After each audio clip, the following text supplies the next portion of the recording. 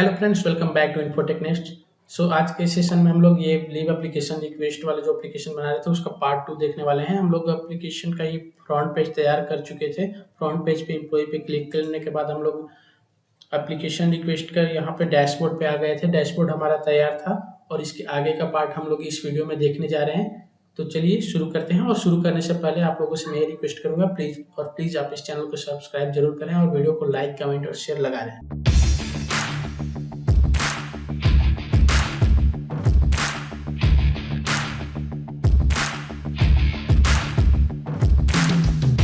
ठीक है। So leave request का डैशबोर्ड तो अपना तैयार है। अब अपना नेक्स्ट पार्ट है 2 बटन इंप्लीमेंट करना। पहला तो न्यू रिक्वेस्ट के लिए और दूसरा कैंसिल रिक्वेस्ट के लिए। तो चलिए न्यू रिक्वेस्ट के लिए अपना एक बटन इंप्लीमेंट करते हैं। एम्प्लॉय पे आते हैं, एम्प्लॉय में एक न्यू पे एक बटन इंसर्ट करते हैं। यहाँ पे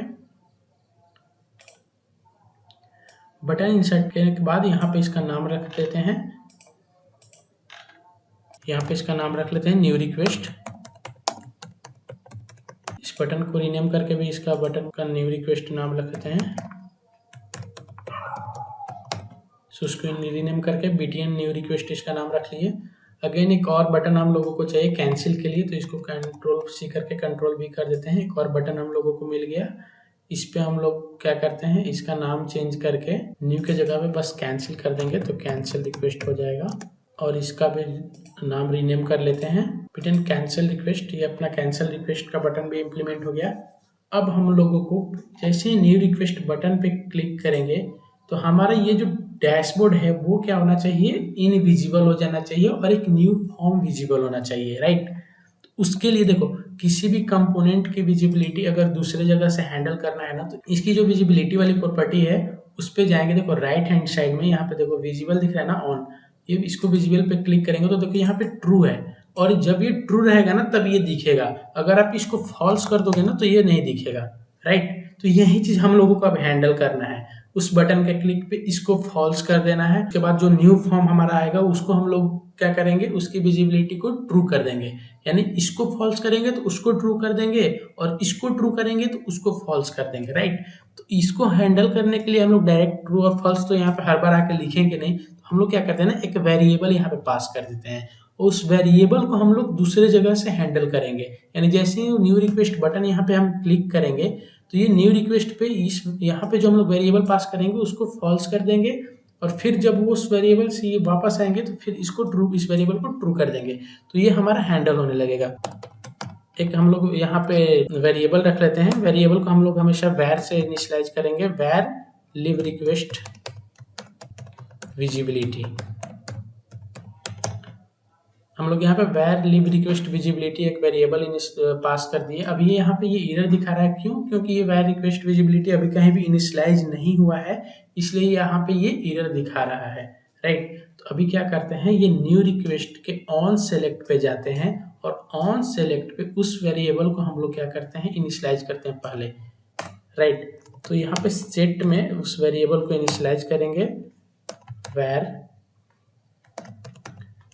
यहाँ पे इसको हम लोग फॉल्स कर देते हैं, ठीक है। अब वो इधर हट गया। देखो यहाँ पे इसके ऑन क्लिक पे ये फॉल्स हो जा रहा है तो वो विजिबल नहीं है। बट अब क्या होगा, जब इसको आप यहाँ से फॉल्स कर दिए और उसके बाद आप होम स्क्रीन पे जाओगे और होम स्क्रीन से फिर अगर वापस आओगे तो भी वो फॉल्स ही दिखेगा। हम लोग को क्या करना है कि जब होम स्क्रीन पे जब कोई एम्प्लॉय पे क्लिक करे और यहाँ पे जब आए तो वो हम लोग को डैशबोर्ड दिखना चाहिए।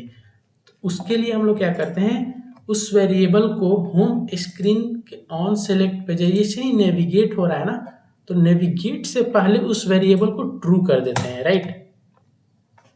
यहाँ से इसको एक्सपांड करके यहाँ पे सेट में जाएंगे, उस वेरिएबल को पास करके यहाँ पे ट्रू कर देंगे और ये सेमीकोलन लगा देंगे। इस बटन पे जब भी कोई क्लिक करेगा तो ये जब नेविगेट फंक्शन कॉल होगा, और जैसे ही नेविगेट फंक्शन कॉल होगा तो आप चले जाओगे एम्प्लॉय पेज पे। उससे पहले ही इस वेरिएबल की विजिबिलिटी क्या कर दी हम लोग, इस वेरिएबल में हम लोग ट्रू वैल्यू पास कर दी। यानी अब ये वेरिएबल ट्रू हमेशा लेके जाएगा। तो जैसे ही आप एम्प्लॉय पे क्लिक करोगे, यहाँ पे प्रीव्यू में देखो, एम्प्लॉय पे जैसे आप क्लिक करोगे तो सबसे पहले वो वेरिएबल क्या होगा, इसका ट्रू हो जाएगा, और ये यहाँ पे आते आते आपको दिखने लगेगा, राइट। देखो ये जो लीव रिक्वेस्ट वाला वेरिएबल यहाँ पे आप देख सकते हो, इसका वैल्यू ट्रू है तभी ये यहाँ पे ये विजिबल है। अगर आप न्यू रिक्वेस्ट वाले पे जब क्लिक करोगे ना, देखो आप एडिट मोड में कभी भी आप प्ले मोड जैसा काम करना चाहते हो तो अल्ट बटन प्रेस करके कुछ भी करोगे ना तो वो प्रीव्यू मोड जैसा काम करने लगेगा। अल्ट पे क्लिक करके आप जैसे न्यू रिक्वेस्ट पे क्लिक करोगे, देखो अब ये क्या होगा, ये इनविजिबल हो गया। अब इनविजिबल हो गया, फिर आप होम स्क्रीन पे जाओगे, एम्प्लॉय पे क्लिक करोगे, तब तो फिर आओगे, तब तो ये फिर से उस होम स्क्रीन के एम्प्लॉय पे क्या होगा, ये वेरिएबल ट्रू होगा तो फिर से यहाँ पे आने के पहले ही वो ट्रू हो जाएगा, तो ये दिखने लगेगा। ये चीज समझ में आ गया। देखो वेरिएबल के हेल्प से हम लोग इस टेबल को जब मन कर रहा है उसको हम लोग हाइड कर दे रहे हैं, इनविजिबल कर दे रहे हैं, और जब मन कर रहा है तब उसको विजिबल कर दे रहे हैं। यहाँ पे सारा का सारा वेरिएबल का खेल है। ये वेरिएबल पास कर दिए, इस वेरिएबल को जहाँ पे मन करेगा वहां पे हम लोग ट्रू करेंगे, जहाँ पे मन करेगा वहां पे हाइड करेंगे। उसके अकॉर्डिंग ये क्या होगा, टेबल भी इनविजिबल होता जाएगा और विजिबल होता जाएगा, क्योंकि ये वेरिएबल हम लोग इसकी विजिबिलिटी में पास कर रखे हैं, राइट। अब देखो, अब जब न्यू रिक्वेस्ट पे क्लिक कर रहे हो तो वो तो हाइड हो जा रहा है, लेकिन यहाँ पे अभी हमारे पास कुछ है ही नहीं, राइट। तो जब कुछ नहीं है तो अब हमारा फॉर्म सबसे पहले बनाना जरूरी है। इसके लिए एम्प्लॉय वाले स्क्रीन पे क्लिक करेंगे, एम्प्लॉय वाले स्क्रीन पे क्लिक करके इंसर्ट में जाएंगे। इंसर्ट में जाके एक क्या करते हैं, हम लोग एक कंटेनर पास करते हैं। इस कंटेनर में क्या करेंगे, अपना एम्प्लॉय का नेम टेक्स्ट इनपुट वाला लेवल पास करेंगे, डेट पीकर भी पास कर लेंगे। जो भी हमारा फॉर्म वाला कंपोनेंट जरूरी है इस कंटेनर में रखेंगे। उससे हमारा फायदा क्या होगा, कंटेनर अभी पेरेंट बन गया, इसके अंदर जो भी हम लोग कंपोनेंट पास करेंगे वो कंटेनर का चाइल्ड रहेगा।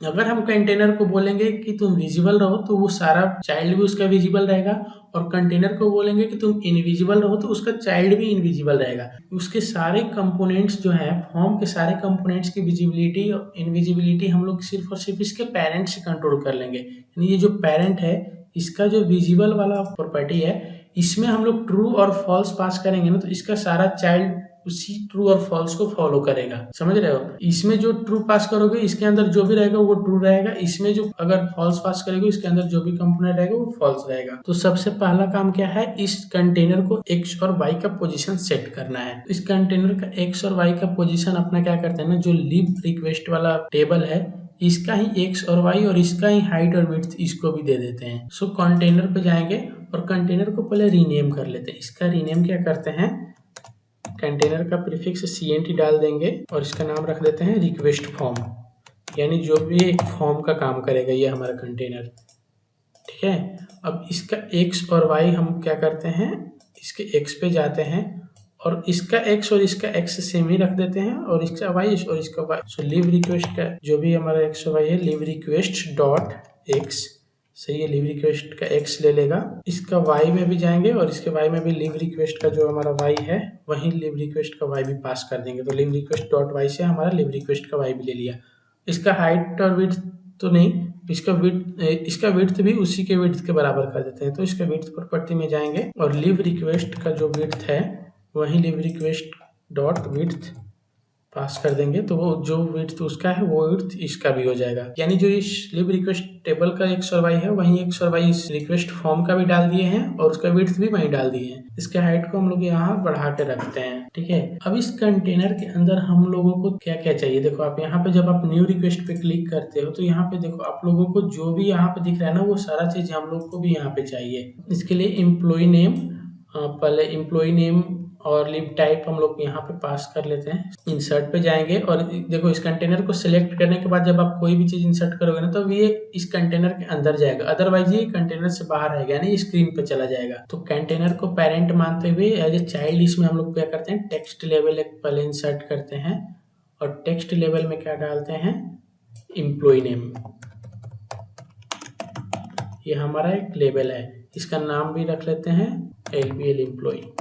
एम्प्लॉय नेम यहाँ पे डबल कोट्स पास करना होगा। नेक्स्ट हम एक और यहाँ पे टेक्स्ट इनपुट इंसर्ट करते हैं जो हमारा एम्प्लॉय का नेम होल्ड करके रखेगा। इसका डिफॉल्ट वैल्यू पता है क्या रखना है, डिफॉल्ट वैल्यू उसी को रखना है जो यूजर जो लॉगिन किया है उसी का नाम आना चाहिए, क्योंकि कोई भी एम्प्लॉय जब लॉगिन करेगा तो वो अपने लिए ही लिव रिक्वेस्ट जनरेट कर सकता है, इसलिए हम लोग उसी का नाम यहाँ पे पास कर देंगे। अगर लॉग्ड इन यूजर का डेटा एक्सेस करना है तो कैनवास ऐप में यूजर फंक्शन है, लॉग्ड इन यूजर का डेटा एक्सेस कर सकते हैं। तो यूजर फंक्शन से यहाँ पे क्या करेंगे, यूजर पास किए डॉट में, आप देखिए ईमेल, फुल नेम, ईमेल जो भी चाहिए उसका हम लोग यहाँ पे यूज कर सकते हैं। तो हम लोग उसका फुल नेम यूज करेंगे। तो यहाँ पे वो उसका फुल नेम एक्सेस कर लेगा। देखिए मैं अपने आईडी से लॉगिन हूँ, मेरा नाम अनिकेत सिंह है, यूजर डॉट फुल नेम पे यहाँ पे अनिकेत सिंह दिखा रहा है, राइट। तो अपना एम्प्लॉय नेम हो गया। अब हमारा क्या चाहिए, लीव टाइप एक ड्रॉप डाउन चाहिए, ठीक है। तो पहले इसका हम लोग रीनेमिंग कर लेते हैं, ठीक है। सो इस कंपोनेंट का भी मैंने नाम रख दिया है टेक्स्ट एम्प्लॉय नेम। अब नेक्स्ट हम लोग इंसर्ट करते हैं, एक और लेबल लगाते हैं, इस लेवल का नाम रखते हैं लीव टाइप। और लीव टाइप हमारा ड्रॉप डाउन रहेगा, क्योंकि हमारे पास दो लीव टाइप है, प्लान्ड और ऑन प्लान्ड। तो दोनों में से कोई एक सिलेक्ट करना होगा, तो हम लोग ड्रॉप डाउन पास करेंगे। उसके लिए एक ड्रॉप डाउन यहाँ पे फिर से इंसर्ट करते हैं। इंसर्ट में जाएंगे, इनपुट में जाएंगे, इनपुट में जाके यहाँ पे आप ड्रॉप डाउन देख सकते हैं। यहाँ पे जब आप क्लिक करेंगे तो एक ड्रॉप डाउन इंसर्ट हो जाएगा। ड्रॉप डाउन में बाय डिफॉल्ट डेटा 1 2 3 4 आता है, हम लोग प्लान्ड और ऑन प्लान्ड इसका पास कर देंगे। तो इस ड्रॉप डाउन को सेलेक्ट करेंगे और आइटम्स प्रॉपर्टी में जाके जो ड्रॉप डाउन सिंपल है इसको हटा देंगे और यहाँ पे अपना दो ऑप्शन पास कर देंगे। स्क्वायर ब्रैकेट में दो ऑप्शन जो भी आप पास करेंगे यहाँ पे वो ऑप्शन दिखने लगेगा। पहला ऑप्शन क्या रहेगा, प्लान्ड, और दूसरा ऑप्शन रहेगा अनप्लान्ड। देखिए जैसे ही दो ऑप्शन मैंने पास किया, यहाँ पे दो ऑप्शन अब आप लोग को दिखने लगा, प्लान्ड और अनप्लान्ड। इसमें से कोई भी आप एक सेलेक्ट कर सकते हैं, राइट। तो अपना एम्प्लॉय नेम और लीव टाइप रेडी हो चुका है।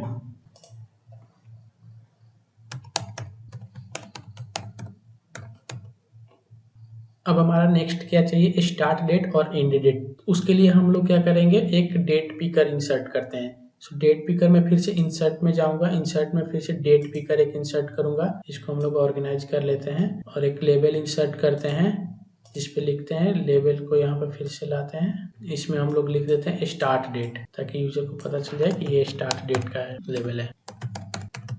इसको भी हम लोग रीनेम कर लेते हैं। और जैसे ही हम लोग को स्टार्ट डेट चाहिए, वैसे ही हम लोगों को एक एंड डेट भी लेना है। सो इन दोनों को कॉपी कर लेंगे और इन दोनों को पेस्ट कर देंगे। तो हमारे पास स्टार्ट डेट के साथ साथ एंड डेट भी आ गया, बस इसका नाम लोग चेंज कर देंगे। यहाँ पे एंड डेट पास कर देते हैं और इन दोनों लेबल का भी नाम हम लोग चेंज कर देते हैं, इसको रीनेम कर लेते हैं, ठीक है। तो अपना एम्प्लॉय का name, leave type, start date और एंड डेट रेडी हो चुका है। अब अपने पास नेक्स्ट क्या है, मैनेजर। मैनेजर सेलेक्ट करने के लिए हम लोगों को ऑप्शन यहाँ पे पास करना है। तो चलिए यहाँ पे हम लोग फिर से एक ड्रॉप डाउन इंसर्ट करते हैं और ड्रॉप डाउन से फिर से हम लोग क्या करेंगे, मैनेजर का वहाँ पे वैल्यू पास करेंगे, ताकि वहाँ पे मैनेजर भी हम लोग सिलेक्ट कर सकें। तो ड्रॉप डाउन तो पास हो गया, बट इसके पहले एक और लेबल भी पास करना है, ताकि वहाँ पे लिखा रहे सेलेक्ट मैनेजर। अब यहाँ पे मैनेजर को हम लोग क्या करेंगे, मैनेजर को पास करने के लिए लुकअप, फिल्टर, पैच ये सब यूज करेंगे। मैं पिछले सेशन में आप लोगों को बता चुका हूँ लुकअप और फिल्टर और सर्च कैसे यूज करते हैं। यहाँ पे हम लोग लुकअप फंक्शन का यूज करेंगे और लुकअप फंक्शन का यूज करके यहाँ पे इस टेबल में देखो, यूजर रोल्स वाले टेबल्स में हम लोग सिर्फ उसी एम्प्लॉय को दिखाएंगे जिसका रोल मैनेजर टाइप है। यहाँ पे समीर एम्प्लॉय का रोल टाइप मैनेजर है एंड राजा एम्प्लॉय का रोल टाइप मैनेजर है। तो ये दोनों हम लोगों को सिर्फ यही दो नेम यहाँ पे दिखाना है। उसके लिए हम लोग क्या करते हैं, फिल्टर का यूज करेंगे, क्योंकि हम लोगों को एक डेटा टेबल चाहिए। अगर लुकअप का यूज करेंगे तो सिर्फ और सिर्फ फर्स्ट मैच रिकॉर्ड हम लोगों को यहाँ पे देगा। तो हम लोग क्या करेंगे, फिल्टर फंक्शन का यूज करके, फिल्टर फंक्शन का यूज करेंगे कहाँ पे, यूजर रोल वाले टेबल पे। और यहाँ पे कंडीशन क्या होगा, जो रोल होगा वो रोल मैनेजर होना चाहिए, role should be manager, right. तो अब यहाँ पे आप देख सकते हैं फिल्टर जैसे ही पास किए और रोल यहाँ पे मैनेजर पास किए, तो हम लोगों को यहाँ पे राजा और समीर दो यहाँ पे दिखने लगा। और यहाँ पे देखिए दो कॉलम्स हैं, फिर भी एक नेम वाला कॉलम ही क्यों दिखा रहा है, क्योंकि जब आप ड्रॉप डाउन को सिलेक्ट करेंगे और राइट हैंड साइड में जाएंगे और वैल्यू में जाएंगे, तो यहाँ पे आप लोगों को बहुत सारे कॉलम्स दिख रहे होंगे। इस सारे कॉलम्स में से किसी भी एक कॉलम को आप सेलेक्ट कर सकते हैं, और जो कॉलम आप सेलेक्ट करेंगे वो कॉलम इस ड्रॉप डाउन में अवेलेबल रहेगा, राइट। तो आप लोगों को ये समझ में आएगा कि मैनेजर को भी ड्रॉप डाउन से कैसे सिलेक्ट करना है। यहाँ पे आप लोगों को फिल्टर फंक्शन का यूज समझ में आ गया होगा। मैं पिछली वीडियो में फिल्टर फंक्शन का यूज बताया था और आप लोगों को यहाँ पे यूज करने को भी मिल गया।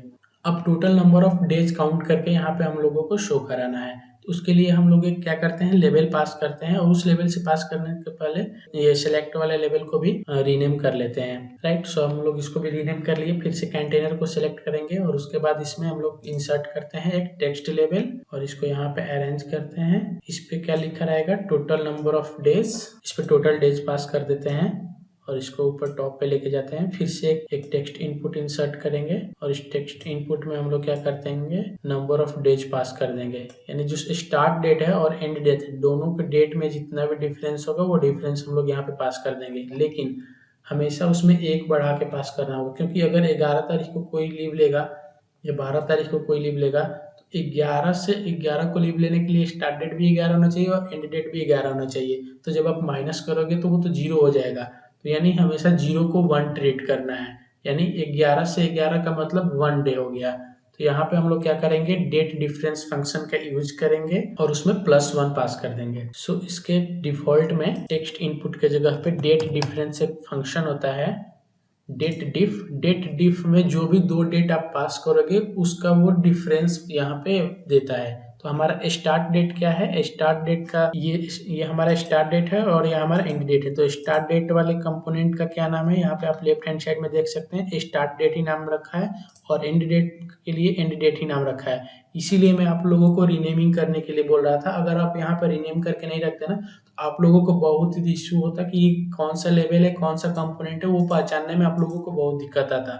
स्टार्ट डेट वाला कौन सा लेवल है, हमेशा आप लोगों को ये सिलेक्ट कर करके पहचानना पड़ता कि स्टार्ट वाला कौन सा है, एंड वाला कौन सा है, लिव टाइप क्या है, एम्प्लॉय नेम कौन सा है। वहीं रीनेम्ड है तो हम लोग देखकर ही पहचान जा रहे हैं कि ये स्टार्ट डेट है, ये एंड डेट है, राइट। सो रीनेमिंग करना भी बहुत इंपॉर्टेंट है, क्योंकि आप जब कोई बड़ा एप्लीकेशन बनाते हो तो उसमें बहुत सारे कंपोनेंट्स होते हैं, बहुत सारे फार्मूला होते हैं और जितने भी पावर ऐप में कंपोनेंट्स हैं और फार्मूला है एक दूसरे से रिलेटेड होते हैं। हर फार्मूला में किसी न किसी कंपोनेंट का नाम पास होगा और वो रीनेम्ड नहीं रहेगा तो फिर उसका नाम ढूंढने के लिए ही आपको 10 मिनट गंवाना पड़ जाएगा। सो डेट डिफ में हम लोग पहले स्टार्ट डेट पास करते हैं और उसके बाद एंड डेट पास करते हैं। सो अपना फर्स्ट स्टार्ट डेट पास कर दिए, उसके बाद एंड डेट पास कर दिए। डेट डिफ फंक्शन जैसे ही क्लोज करेंगे उसमें +1 कर देंगे ताकि हमेशा वो डिफरेंस में +1 ऐड करके दिखाए। लाइक अगर आप 11 से 12 तारीख का छुट्टी लेते हो तो वो 2 दिन हो जाता है, लेकिन अगर डिफरेंस देखोगे 11 से और 12 के बीच में तो वो एक ही रहेगा। लेकिन यहाँ पे हम लोग को 2 दिन छुट्टी लेना है, इसलिए हमेशा इसको +1 में रखते हैं। यहाँ पे 9/11 से 9/11 के बीच में आपको 1 डे का लीव दिखाने लगा, यानी टोटल डेज ऑटोमेटिक ये काउंट करके आप लोग को दिखा रहा है। और दूसरी बात, हम लोग इसको एडिटेबल नहीं रखेंगे, नहीं तो ये कोई एडिट करके चेंज भी कर देगा। यहाँ स्टार्ट डेट और एंड डेट कुछ और रहेगा और यहाँ पे 1 की जगह पे कोई 5 कर देगा, 2 कर देगा, राइट। उससे अच्छा है कि इस कंपोनेंट को सिलेक्ट करो और यहाँ पे डिस्प्ले मोड में जाके एडिट के जगह पे व्यू कर दो, यानी इसको सिर्फ और सिर्फ आप देख सकते हो लेकिन आपको इसको चेंज नहीं कर सकते हो, राइट। कोई भी कंपोनेंट एडिट मोड में रहेगा तभी आप उस पर कोई एक्शन परफॉर्म कर सकते हो। अगर वो डिसेबल्ड और व्यू मोड में रहेगा तो आप उस पर कोई भी एक्शन परफॉर्म नहीं कर सकते हो। सो यहाँ पे टोटल डेज भी अपना काउंट करके दिखाने लगा। इन दोनों कंपोनेंट को भी हम लोग रीनेम करके रखते हैं क्योंकि फ्यूचर में हम लोग इसको भी यूज करना है, राइट। इसको हम लोग रीनेम कर लिए। यहाँ पे जो भी लेवल है उसको लेवल से हम लोग उसका लेवल प्रीफिक्स रखते हैं, जो टेक्स्ट है उसको टेक्स्ट प्रीफिक्स रखते हैं। लेकिन यहाँ पे हमारा जो टोटल डेज है ना ये न्यूमेरिकल टाइप है, सो इसका हम लोग फॉर्मेट नंबर सेलेक्ट कर लेते हैं। राइट हैंड साइड में फॉर्मेट में जाके आप लोग नंबर सेलेक्ट कर लेंगे ताकि कभी भी माइनस प्लस करने का जब जरूरत होगा ना तो फिर इसको वहां पे हम लोग डेटा कन्वर्जन करने की जरूरत ना पड़े। अब हमारा थर्ड चीज आता है कमेंट्स। अब कमेंट्स भी हम लोग को यूजर से लेना है, तो यहाँ पे हम लोग को क्या पास करना है, कमेंट के लिए एक टेक्स्ट एरिया पास करना है। उसके लिए फिर से हम लोग पेरेंट को सिलेक्ट करते हैं, यानी कंटेनर को सिलेक्ट करेंगे, इंसर्ट में जाएंगे और यहाँ पे एक टेक्स्ट इनपुट लेंगे। टेक्स्ट इनपुट को यहाँ पे हम लोग अरेंज कर लेंगे और इसका मोड प्रॉपर्टी है सिंगल लाइन के जगह पे हम लोग मल्टी लाइन कर देते हैं, क्योंकि कमेंट्स मल्टी लाइन भी हो सकता है। कोई एक लाइन में अपना कमेंट नहीं दे सकता, ऑब्वियसली किसी को लंबा कुछ कमेंट लिखना है अपने मैनेजर के लिए तो वो मल्टी लाइन यूज करेगा। तो इसको हम लोग मल्टी लाइन यूज कर लिए और इसका जो डिफॉल्ट वैल्यू है टेक्स्ट इनपुट इसको हटा देते हैं, ये हमेशा ब्लैंक रहेगा क्योंकि यूजर जब चाहेगा तब इसमें अपना वो टेक्स्ट इनपुट दे सकता है। और इसके लिए एक लेबल भी डाल देते हैं, तो फिर से एक इंसर्ट कर लेते हैं लेबल और इसके ऊपर एक लेबल हम लोग यहाँ पे पास कर देते हैं। यहाँ पे यूजर आएगा अपना कमेंट पास कर लेगा और सबमिट बटन पर जब भी क्लिक करेगा तो ये फॉर्म सबमिट हो जाएगा। और सबसे पहले ये कमेंट्स वाले लेबल्स को और टेक्स्ट इनपुट को इसको भी रीनेम कर लेते हैं। अब हमारा नेक्स्ट टारगेट क्या है, नेक्स्ट टारगेट ये है कि हमारे पास 2 बटन भी होना चाहिए, एक सबमिट और कैंसिल। यहाँ पे आप देख सकते हैं एक सबमिट बटन है और एक कैंसिल बटन है, तो 2 बटन यहाँ पे हम लोग सबसे पहले पास करते हैं। सो इस कंटेनर के अंदर ही हमारे पास 2 बटन होने चाहिए, जब वो फॉर्म विजिबल होगा तभी वो दोनों बटन भी विजिबल होने चाहिए। सो यहाँ पे मैंने एक बटन पास किया, फिर मैं इसको कॉपी करके इसको पेस्ट कर देता हूँ। अपने पास यहाँ 2 बटन्स आ गए। अब एक बटन पे अपना क्या नाम रख लेते हैं, सबमिट, और दूसरे बटन पे नाम रखते हैं कैंसिल। तो ये अपना कैंसिल वाला बटन हो गया, और ये अपना इसको सेलेक्ट करके इसका टेक्स्ट हम लोग क्या करते हैं, सबमिट डाल देते हैं। तो ये अपना सबमिट वाला बटन हो गया। अपने पास 2 बटन हो गए, इस दोनों को रीनेम कर लेते हैं। सो दोनों को रीनेम कर लिए, एक का बटन बीटीएन सबमिट, एक का बीटीएन कैंसिल, दोनों का नाम रख दिए। अब ये जैसे ही कैंसिल बटन पे कोई क्लिक करेगा तो ये फॉर्म फिर से डिसअपियर हो जाना चाहिए, यानी फॉर्म बिना सबमिट हुए ये क्लोज हो जाना चाहिए। तो इस कंटेनर की विजिबिलिटी हम लोग यहीं से हैंडल करेंगे। इस कंटेनर को सेलेक्ट करेंगे और कंटेनर के विजिबल वाले प्रॉपर्टी में जाके यहाँ पे इस कंटेनर की विजिबिलिटी में फिर से एक ट्रू और फॉल्स की जगह पे एक वेरिएबल पास करेंगे, और उस वेरिएबल में ट्रू और फॉल्स इस बटन के क्लिक्स पे पास करेंगे।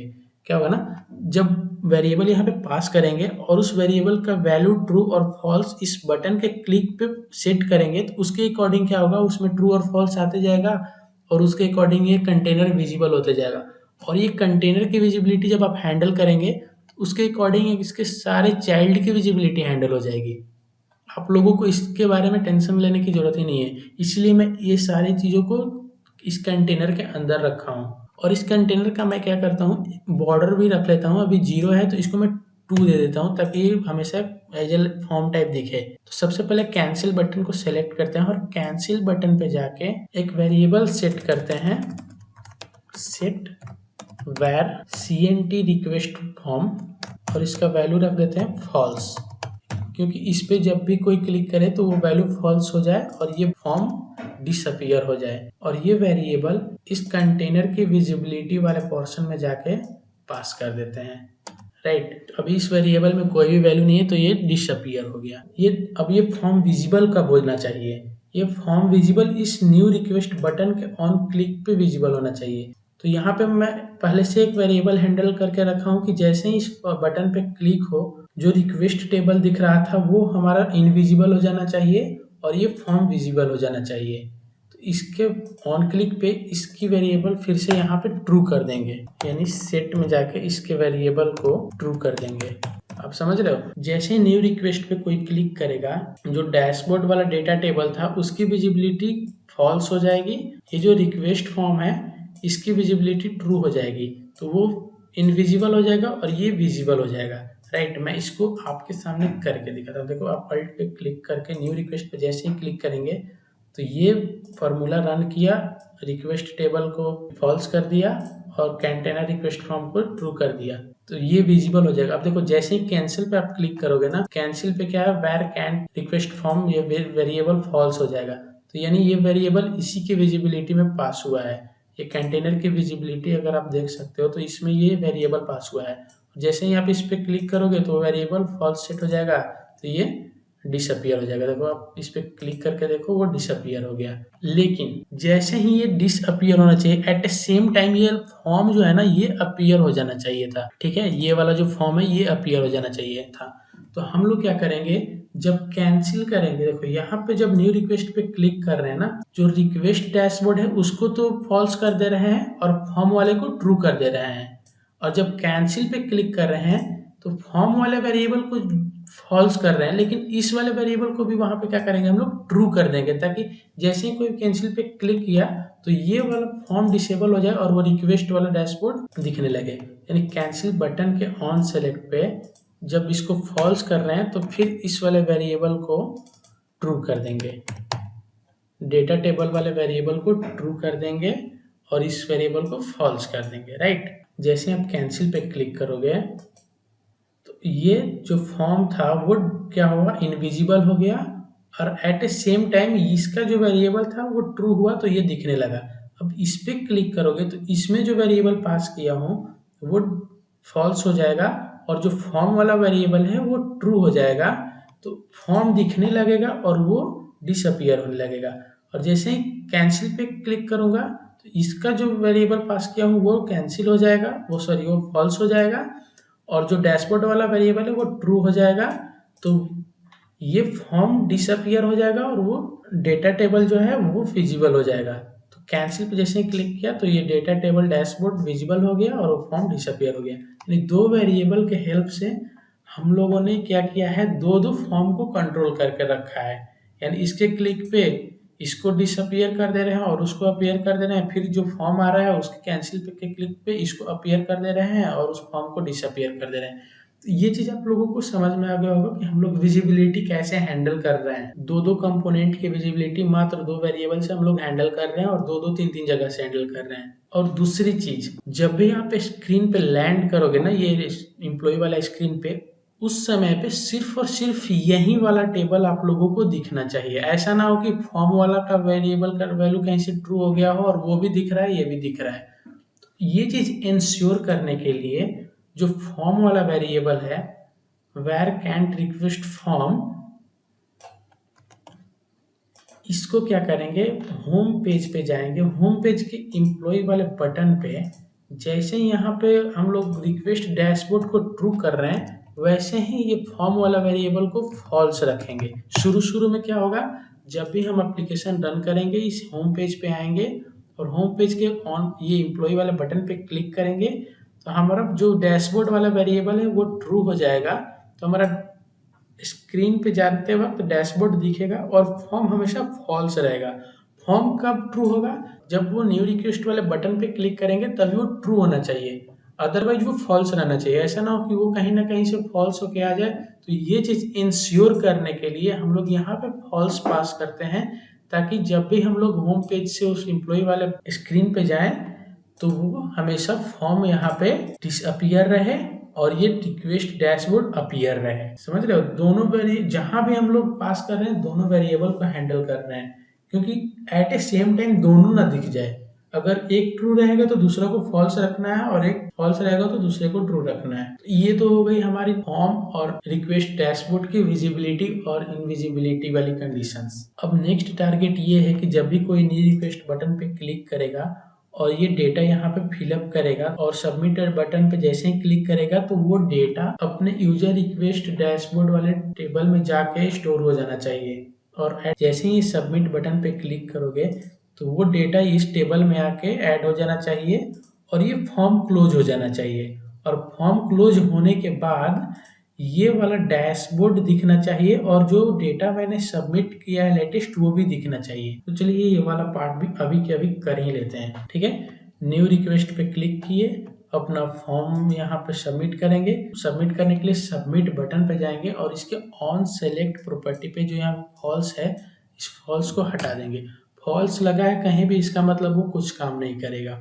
अब हम लोग यहाँ पे क्या करेंगे, पैच फंक्शन के हेल्प से ये जो भी डेटा इसमें फिलअप हुआ है उस डेटा को पैच फंक्शन के हेल्प से इस टेबल में लाके ऐड कर देंगे। देखो पैच फंक्शन क्या करता है, पैच फंक्शन नया डेटा भी ऐड कर लेता है। पैच फंक्शन पहले से अगर कोई डेटा है ना उसको मॉडिफाई भी कर देता है। पैच फंक्शंस इवन किसी डेटा को अपडेट, किसी भी कॉलम में किसी डेटा को अपडेट करना है उसको अपडेट भी कर देता है। राइट, तो हम लोग पैच फंक्शन के हेल्प से पहले जो भी नया डेटा फॉर्म में सबमिट हुआ है उसको यहाँ पे ऐड करेंगे। उसके लिए सबमिट के ऑन क्लिक पे पैच फंक्शन को कॉल करेंगे। पैच फंक्शन के अंदर सबसे पहला हमारा आर्गुमेंट डेटा सोर्स होता है। सो डेटा सोर्स का हमारा क्या नाम है, डेटा सोर्स का नाम हमारा यहाँ पे देखो वैकेशन रिक्वेस्ट है और ये वैकेशन रिक्वेस्ट यहाँ पे ऐड होना चाहिए। यहाँ पे हम लोगों ने देखो वैकेशन रिक्वेस्ट को ऐड कर रखा है। अगर वो टेबल यहाँ पे ऐड नहीं होगा ना तो वो उस पर आप कुछ भी करो वो काम नहीं करेगा, वो इधर रहेगा। इसलिए किसी भी डेटा सोर्स के किसी भी डेटा टेबल पे अगर आपको काम करना है तो सबसे पहला काम क्या होता है, आप लोगों को उस डेटा टेबल को यहाँ कैनवास एप्लीकेशन में ऐड करना। इसीलिए मैं पार्ट 1 में ही इन तीनों टेबल को ऐड करके आप लोगों को बता दिया था ताकि आप लोग ये चीज मिस ना करें। राइट, सो पैच फंक्शन के अंदर हम लोग डेटा सोर्स के नाम को पास करेंगे। तो हमारा डेटा सोर्स का क्या नाम है, वैकेशन रिक्वेस्ट। अब क्या है, जब भी डेटा को ऐड करना होता है ना तो उसके लिए फिर से एक डिफॉल्ट फंक्शन पास करके, राइट, डिफॉल्ट्स में उसके पैरेंथेसिस के अंदर फिर से ये टेबल का नाम पास करते हैं। तो इससे क्या होगा कि पैच फंक्शंस बाय डिफॉल्ट ये अंडरस्टूड करेगा कि ये जो भी डेटा अब यहाँ से जाएगा वो नया डेटा बन के ऐड होगा। अगर ये डिफ़ॉल्ट और डेटा सोर्स का नाम पास नहीं करोगे तो यहाँ पे वो एक कंडीशन मांगेगा, राइट? और वो कंडीशन मैच करके जो भी यहाँ पे आप रिकॉर्ड पास करोगे उसको मॉडिफाई करेगा। तो हम लोगों को मॉडिफाई नहीं कराना है, हम लोगों को नया डेटा ऐड करना है। तो नया डेटा ऐड करने के लिए जहाँ पे कंडीशन पास करते हैं उसके जगह पे डिफ़ॉल्ट्स और उस डेटा सोर्स का नाम पास कर देते हैं, ताकि ये पैच फंक्शन ये समझ जाए कि इसको अपडेट नहीं करना है, इसमें ये नया डेटा ऐड होगा, राइट? और कभी भी रिकॉर्ड पास करने के लिए मैं आप लोगों को बताया हूँ कि रिकॉर्ड कैसे पास होता है। रिकॉर्ड हमेशा कर्ली ब्रैकेट के अंदर रहता है और कर्ली ब्रैकेट के अंदर हमेशा कॉलम का नेम और कॉलम से सेपरेट करके उसका वैल्यू पास करना होता है, और जितने भी कॉलम्स हैं उसको कॉमा से सेपरेट कर करके कॉमा कॉलन वैल्यू ऐसे पास करते जाएंगे, तो वो सारा रिकॉर्ड जाके वहाँ पे ऐड हो जाना चाहिए। और उससे पहले आप लोगों को ये इंश्योर करना है कि जितने भी यहाँ पे कॉलम का नेम आप पास करोगे और डेटा टाइप वो सेम डेटा टाइप इस डेटा टाइप से मैच होना चाहिए, और ये कॉलम का नेम इस कॉलम नेम से भी मैच होना चाहिए। ऐसा नहीं कि स्टार्ट डेट के अंदर आप कोई एम्प्लॉय का नेम पास करोगे तो वो पास नहीं होगा, वहां से वो एरर थ्रो करने लगेगा, वो यहाँ पे आके ऐड नहीं होगा, तो आपका कोड फेल हो जाएगा। तो ये चीज आप लोग इंश्योर कर लो कि जो भी कॉलम का नेम है वो कॉलम का नेम सही होना चाहिए, और उसमें जो डेटा टाइप पास करना है वही डेटा टाइप आप उसमें भेजो। अदरवाइज आप यहाँ से टेक्स्ट के जगह पे अगर आप नंबर भेज दिए तो भी वो फेल हो जाएगा, नंबर के जगह पे टेक्स्ट भेजोगे तब भी फेल होगा, डेट के जगह पे कुछ और वैल्यू और कमेंट्स के वैल्यू पास कर दोगे तभी वो फेल हो जाएगा। तो हमेशा आपको ये इंश्योर करना होगा कि आप हमेशा रिकॉर्ड के अंदर कॉलम का नेम और उसका वैल्यू उसके डेटा टाइप के साथ एग्जैक्ट डेटा टाइप के साथ उसको भेजना है, राइट? तो सबसे पहला हम लोग क्या होगा, एम्प्लॉय नेम भेजेंगे। तो एम्प्लॉय नेम जैसे लिखे, एम्प्लॉय नेम यहाँ पे सजेस्ट करने लगा, और एम्प्लॉय नेम हमारा क्या है, ये जो कंपोनेंट है इसका टेक्स्ट वैल्यू है। इस कंपोनेंट का क्या नाम है, यहाँ पे इस पे आप कंपोनेंट का नाम देख सकते हैं txt एम्प्लॉय नेम। इसके सबमिट ऑन सेलेक्ट पे इसका वैल्यू क्या होगा, txt एम्प्लॉय नेम। हम लोग यहाँ पे जैसे ही लिखेंगे वो सजेस्ट भी करने लगा, और हम लोगों को इसमें जो टेक्स्ट है वो चाहिए। तो कंपोनेंट का नाम डॉट टेक्स्ट अगर आप डालोगे तो वो उसका नाम यहाँ पे एक्सेस कर लेगा और वो वहाँ पे ये पास कर लेगा। अब कॉमा देके एम्प्लॉय के नेम के बाद हमको क्या पास करना है, यहाँ से आप देखो लीव टाइप, कॉमा देके आप यहाँ पे लीव टाइप पास करोगे तो लीव टाइप में जाकर तो यहाँ पे लीव टाइप अपना ड्रॉप डाउन है, ये देखो ये जो मैं सिलेक्ट किया हूँ ये लीव टाइप एक ड्रॉप डाउन है। तो ड्रॉप डाउन यहाँ पे आप लेफ्ट हैंड साइड में देख सकते हो, इसका नाम क्या है, DRP लीव टाइप।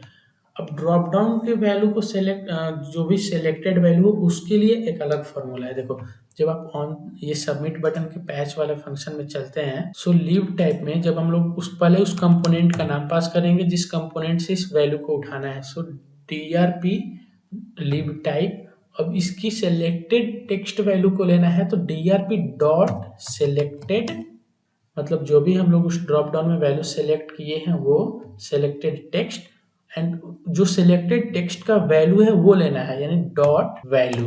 देखो ये चीज आप लोगों को बहुत बढ़िया से समझना होगा, अदरवाइज ये फिर आप लोग यहाँ पे गलती कर दोगे तो फिर वहाँ पे वो पैच फंक्शन काम नहीं करेगा और सबमिट बटन पे आप क्लिक करते रह जाओगे, कभी भी आपका रिक्वेस्ट जाके डैशबोर्ड में ऐड नहीं होगा। तो ये ड्रॉप डाउन अपना पास करने का तरीका ये होता है। फिर कॉमा से सेपरेट करके अपना नेक्स्ट वैल्यू क्या पास करना है, स्टार्ट डेट।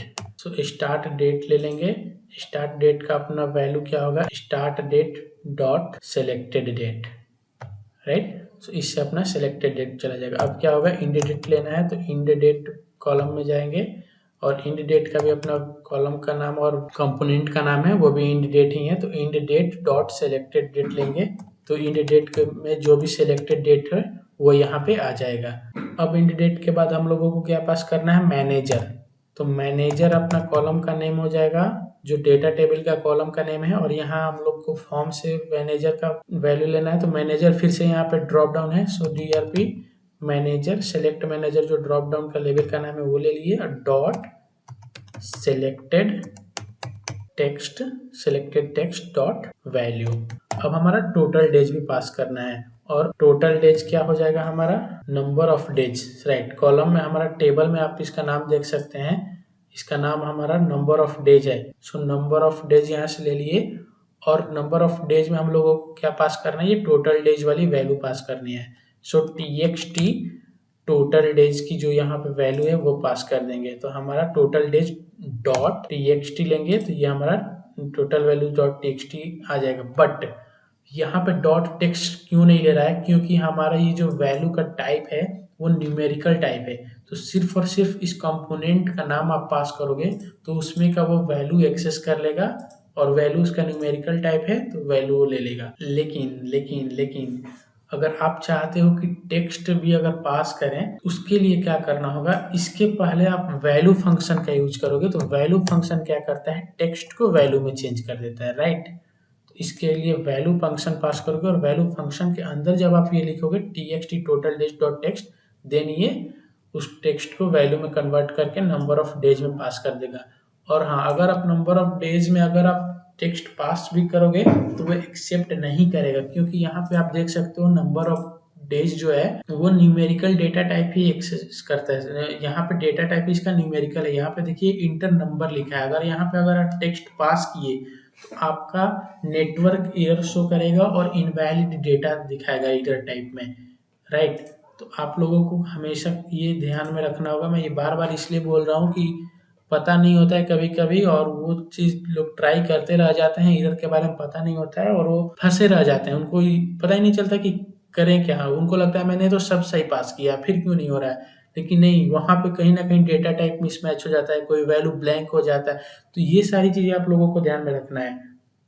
अब हमारा नेक्स्ट टारगेट क्या है, नंबर ऑफ डेज भी पास हो गया, अब हमको कमेंट्स पास करने हैं। सो कमेंट्स में जाएंगे और कमेंट्स के लिए हमारा कमेंट का टीएक्सटी कमेंट का जो भी वैल्यू है टीएक्सटी कमेंट डॉट टेक्स्ट, हमारा कमेंट पास हो जाएगा। अब हमारा एक और बचा है एप्लीकेशन स्टेटस, वो भी पास करना है।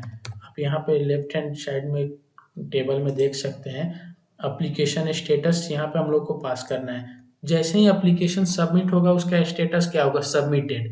तो हम लोग क्या करेंगे, यहाँ से डायरेक्ट एप्लीकेशन स्टेटस को सबमिटेड पास कर देंगे, ठीक है। तो एप्लीकेशन स्टेटस में सबमिटेड लिख देंगे और सबमिटेड पास कर देंगे। यहाँ पे डायरेक्ट हम लोग टेस्ट ही पास कर देंगे। अब हमारा सबमिटेड पास हो गया।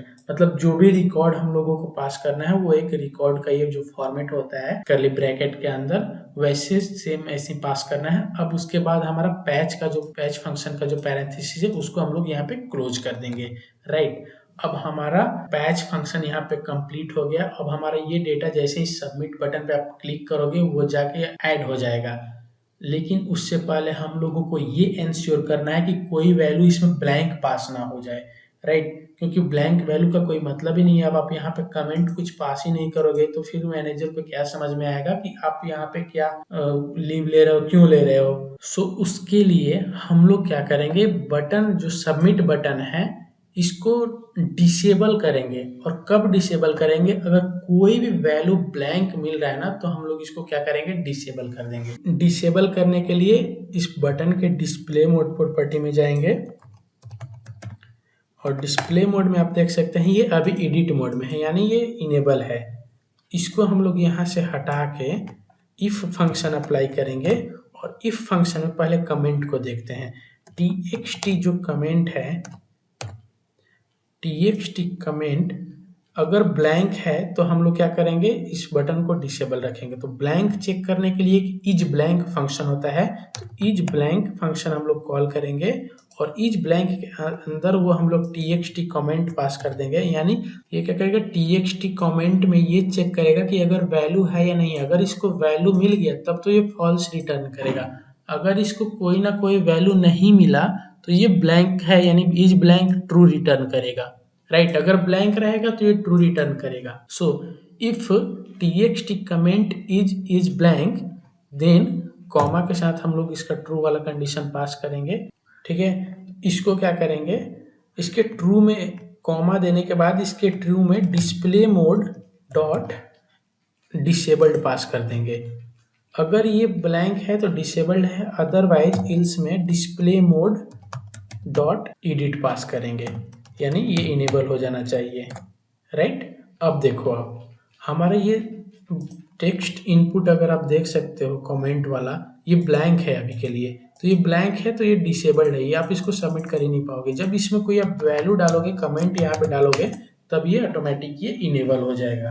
लेकिन कंडीशन अभी और है यहाँ पे, अगर कोई गलत डेट सेलेक्ट कर ले, राइट, मान लो आज 9 तारीख है और कोई बोला है मुझे 8 तारीख को लीव चाहिए, भाई कैसे चाहिए, कल का डेट तो खत्म हो चुका है, अब वो तो पास्ट हो चुका है, तो आप उसके लिए लीव कैसे आप अप्लाई कर रहे हो। उस वक्त भी ये सबमिट बटन हमारा डिसेबल होना चाहिए, राइट। तो उसके लिए क्या करते हैं, इसी के बटन के डिस्प्ले मोड में फिर से जाएंगे, जो इज ब्लैंक टेस्ट कमेंट का फंक्शन लगा है इसमें और कंडीशन डाल के ये डेट वाला भी कंडीशन ऐड करते हैं। और कंडीशन यहाँ पे डाल के और स्टार्ट डेट जो है, स्टार्ट डेट अपना जो है डॉट सेलेक्टेड डेट, मतलब स्टार्ट डेट में जो सेलेक्टेड डेट है अगर वो लेस देन टुडे है, इन टुडे फंक्शन आज का डेट देता है और ये स्टार्ट डेट हमारा इस कंपोनेंट का नाम है और इस कंपोनेंट में जो सिलेक्टेड डेट है उसको एक्सेस करने के लिए start date dot selected date लाए हैं, तो इसे इसके सिलेक्टेड डेट का वैल्यू ले लेगा और ये टुडे जो फंक्शन है वो आज का डेट देगा।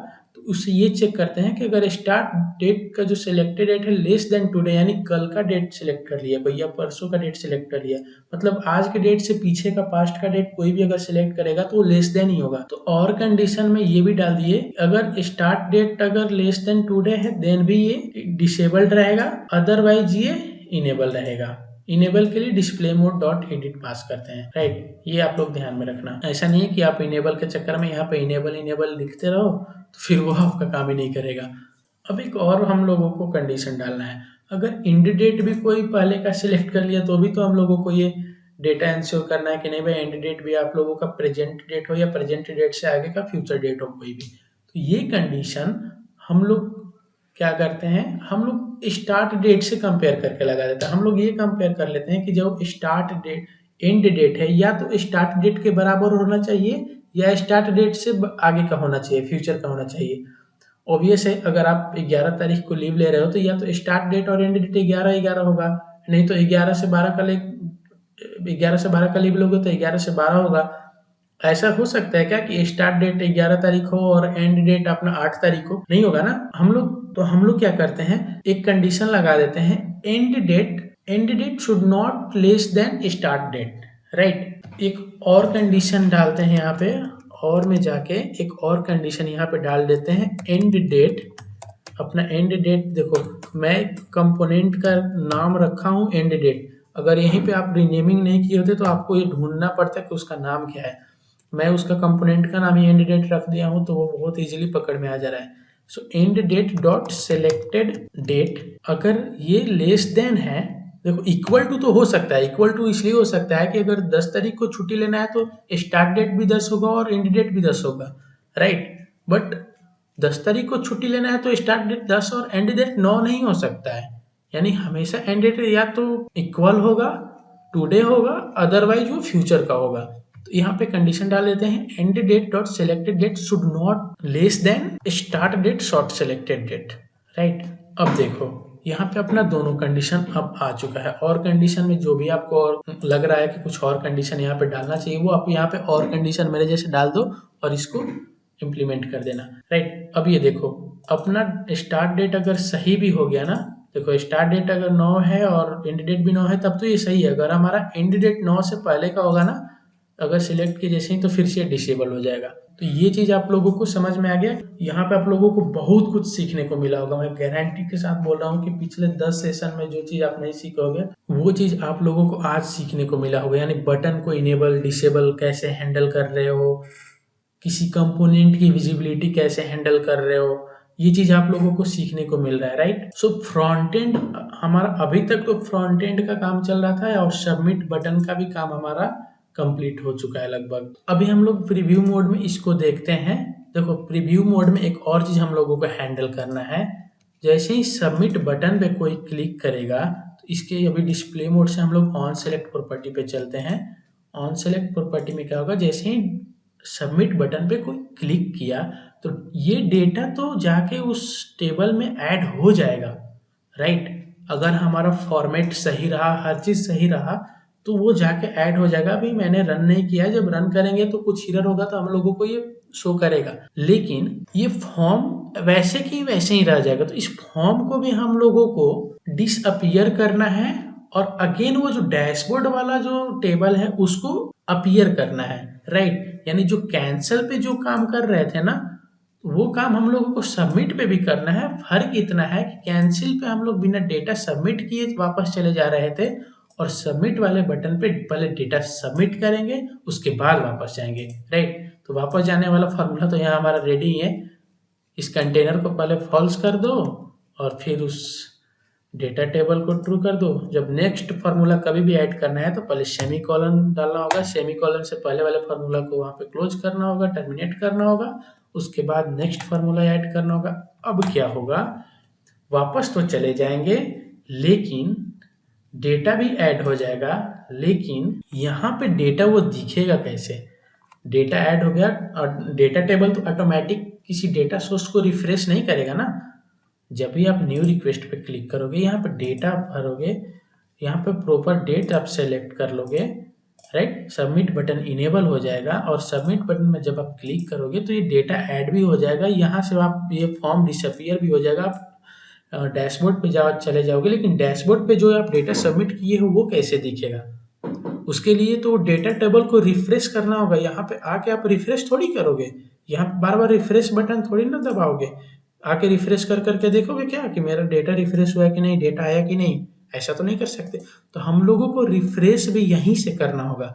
तो किसी भी डेटा सोर्स को रिफ्रेश करने का एक मात्र फंक्शन है, उसका नाम है रिफ्रेश। फंक्शन जो आप बोल दिए वो एक फंक्शन ही है भाई पावर ऐप में, राइट। तो रिफ्रेश किसको करना है, वैकेशन रिक्वेस्ट को रिफ्रेश करना है, क्योंकि हमारा डेटा उसी में जाके ऐड होगा। अब क्या होगा, जैसे ही ये बटन सबमिट बटन पे आप क्लिक करोगे, पट से ये डेटा ऐड करेगा, इस फॉर्म को डिसअपियर करेगा, रिक्वेस्ट को फिर से वो विजिबिलिटी ऑन कर देगा, अपीयर हो जाएगा और उस डेटा को पट से रिफ्रेश कर देगा, ताकि जो डेटा ये ऐड हुआ है वो तुरंत आप लोगों को दिख भी जाएगा, राइट। चलो इसको मैं प्रीव्यू मोड में आप लोगों को दिखाता हूँ। ये हमारा एम्प्लॉय का नेम आ गया, लीव टाइप अनप्लान्ड हो गया, स्टार्ट डेट 9 है, एंड डेट 9 है, मैनेजर जो भी आप सिलेक्ट करोगे, राइट, सिलेक्ट मैनेजर समीर हो गया, टोटल डेज हमारा 1 है। यहाँ पे अगर आप डेट अगर एक्सटेंड करते हो तो यहाँ पे ऑटोमेटिक 3 हो गया। कमेंट्स भी जो भी आप डालना चाहते हो कमेंट्स, जैसे ही सबमिट पे आप क्लिक करोगे, ये क्या करेगा, डेटा को ऐड किया, फॉर्म को डिसअपियर किया, ये डैशबोर्ड को अपीयर किया और अगेन उस डेटा सोर्स को रिफ्रेश किया, तो ये हमारा डेटा यहाँ पे दिखने भी लगा। यकीन मानो अगर मैं यहाँ से रिफ्रेश बटन हटा दूंगा तो ये डेटा ऐड हो जाएगा लेकिन वो दिखेगा नहीं। यहाँ सबमिट बटन पे अगर मैं यहाँ से रिफ्रेश हटा दिया ना, डेटा ऐड हो जाएगा लेकिन दिखेगा नहीं। आप खुद से ट्राई कर लेना एक बार। तो यहाँ तक का हमारा काम तो रेडी हो चुका है। अब हमारा क्या क्या बचा हुआ है, अगर किसी रिक्वेस्ट को कैंसिल करना है तो ये कैंसिल बटन पे ये रिक्वेस्ट कैंसिल भी हो जाए, यहाँ से डिलीट हो जाना चाहिए। इसके अलावा यहाँ पे अगर मैं एप्लीकेशन में जाकर दिखाऊं तो यहाँ पे प्लान्ड लीव दिखा रहा है, अनप्लान्ड लीव दिखा रहा है, ये भी हम लोगों को अभी मैनेज करना है और कैंसिल रिक्वेस्ट वाला मैनेज करना ही है। दूसरी चीज, अगर आप यहाँ पे देखो मैं गलत डेट सिलेक्ट करता हूँ तो वो भी एक पॉपअप आ रहा है, वो भी मैनेज करना है। यानी एरर हैंडलिंग अभी हमारा बचा है। एरर हैंडलिंग, कैंसिल रिक्वेस्ट अभी हम लोग पार्ट 3 में देखेंगे। ये ऑलरेडी हमारा वीडियो अराउंड 45 मिनट क्रॉस कर चुका है आई थिंक। तो इस वीडियो को छोड़ के जाने से पहले मैं आप लोगों से ये रिक्वेस्ट करूंगा कि आप लोग इस चैनल को सब्सक्राइब करें, वीडियो को लाइक करें, कमेंट करें और शेयर में जरूर से जरूर लगाएं। चलिए मिलते हैं नेक्स्ट वीडियो में, धन्यवाद।